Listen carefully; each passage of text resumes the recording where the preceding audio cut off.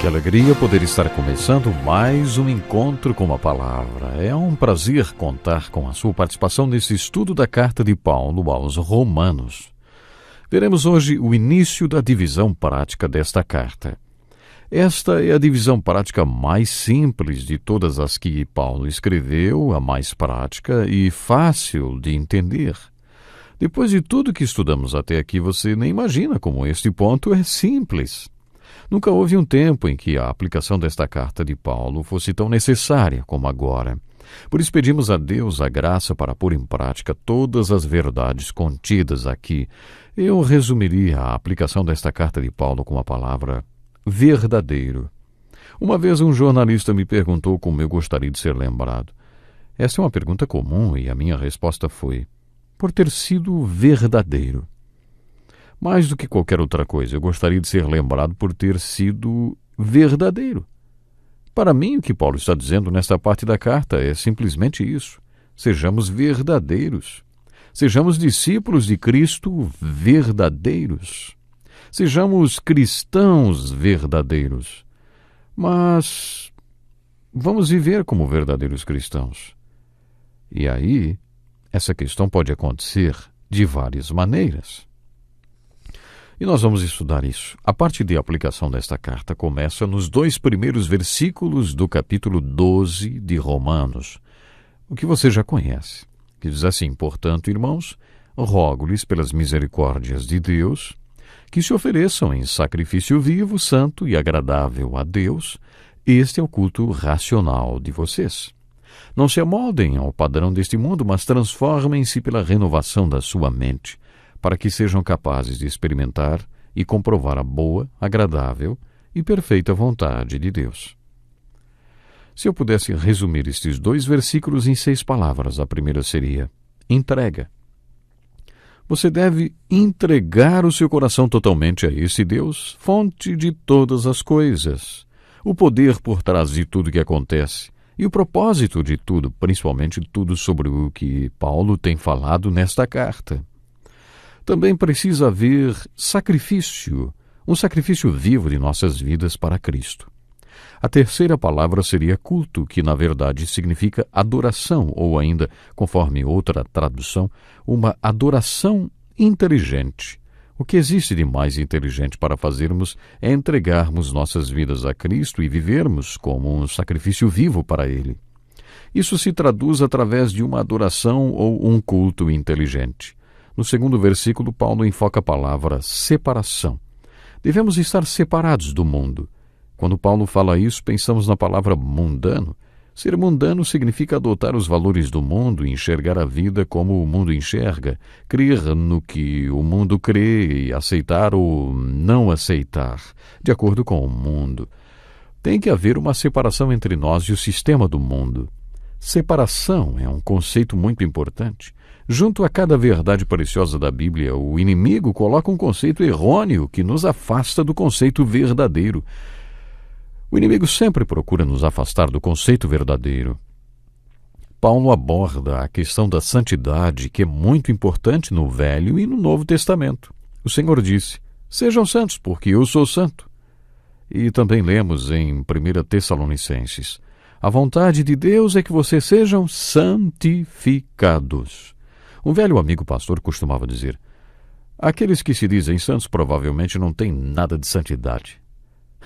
O que é a santidade? A santidade não se aplica apenas a alguns poucos, mas deve ser o objetivo de todos nós. O conceito de santidade é muito importante e significa não tomar a forma do mundo. Paulo estava falando de separação. Depois de separação, a 5ª palavra que sintetizaria esses 2 versículos é a palavra transformação. E Paulo estava falando de uma transformação intelectual que ocorre pela renovação da nossa mente. Nossos pensamentos não são os pensamentos de Deus, por isso precisamos da renovação das nossas mentes. Precisamos de transformação. Já ouviu o comentário que quando Adão caiu de cabeça? Por isso precisamos de transformação das nossas mentes. E isso tem tudo a ver com a nossa conversão, com o novo nascimento. Precisamos de uma experiência que provoque uma transformação em nós. Finalmente, A sexta palavra que sintetiza estes 2 versículos é confirmação. Mas por que confirmação? Porque depois que experimentamos toda esta prescrição de Paulo descrita nesses 2 versículos, podemos provar que o plano de Deus para nossas vidas é bom e nos leva à maturidade espiritual. Quero dizer, confirmamos qual é a vontade de Deus para nós. Podemos dizer que os 5 primeiros conceitos citados são os pré-requisitos para conhecermos a vontade de Deus e o resultado é a confirmação da vontade de Deus para a nossa vida. Agora, Paulo deixa o conceito da vontade de Deus para falar sobre os dons espirituais. Ouça o que ele escreveu nos versículos de 3 a 8 do capítulo 12. Por isso, pela graça que me foi dada, digo a todos vocês, ninguém tenha de si mesmo um conceito mais elevado do que deve ter, mas ao contrário, tenha um conceito equilibrado de acordo com a medida da fé que Deus lhe concedeu. Assim como cada um de nós tem um corpo com muitos membros e esses membros não exercem todos a mesma função, assim também em Cristo nós, que somos muitos, formamos um corpo e cada membro está ligado a todos os outros. Temos diferentes dons de acordo com a graça que nos foi dada. Se alguém tem o dom de profetizar, use-o na proporção da sua fé. Se o seu dom é servir, sirva. Se é ensinar, ensine. Se é dar ânimo, que assim faça. Se é contribuir, que contribua generosamente. Se é exercer liderança, que a exerça com zelo. Se é mostrar misericórdia, que o faça com alegria. Este é um dos textos da Bíblia que tratam dos dons espirituais. Outra passagem, e talvez a mais importante, é a passagem de 1 Coríntios, capítulo 12. O apóstolo Paulo também afirma que a prova de que o Espírito Santo habita em nós é o fruto do Espírito, amor, alegria, paz. Já a prova do batismo do Espírito Santo ou da unção do Espírito Santo sobre nós são os dons espirituais. Encontramos alguns exemplos destes dons no texto de 1 Coríntios, capítulo 12. O assunto principal do capítulo 13 de 1 Coríntios não é o amor. O amor é um assunto secundário desenvolvido por Paulo para explicar o assunto principal, que é os dons espirituais. Como pode haver prova do Espírito sobre nós, ou seja, os dons espirituais, se não tivermos a prova do Espírito trabalhando em nós, ou seja, o amor? Esta é a questão do capítulo 13 de 1 Coríntios. Neste contexto, foi feita uma das mais importantes e conhecidas afirmações sobre o amor ágape. Mesmo sem intenção, Paulo escreveu uma obra-prima sobre o amor ágape. O capítulo 12 de Romanos é outro texto no qual o apóstolo Paulo fala sobre os dons espirituais. Lembre-se que ele está fazendo uma aplicação de tudo que já escreveu na carta aos Romanos. Tudo que Paulo ensinou até aqui, toda a doutrina e teologia expostas nesta carta, atingem o apogeu nesta aplicação. O que vale, o mais importante, é pôr em prática tudo o que aprendemos. Mas como aplicamos tudo que Paulo ensinou aqui? Através da entrega, do sacrifício, da separação, da transformação e também, é claro, da aplicação, confirmando a vontade de Deus para nossas vidas e fazendo o que Deus quer que façamos. Observe que Paulo foi direto no assunto, vontade de Deus e seus pré-requisitos, e vai para os dons espirituais. O que isso quer dizer?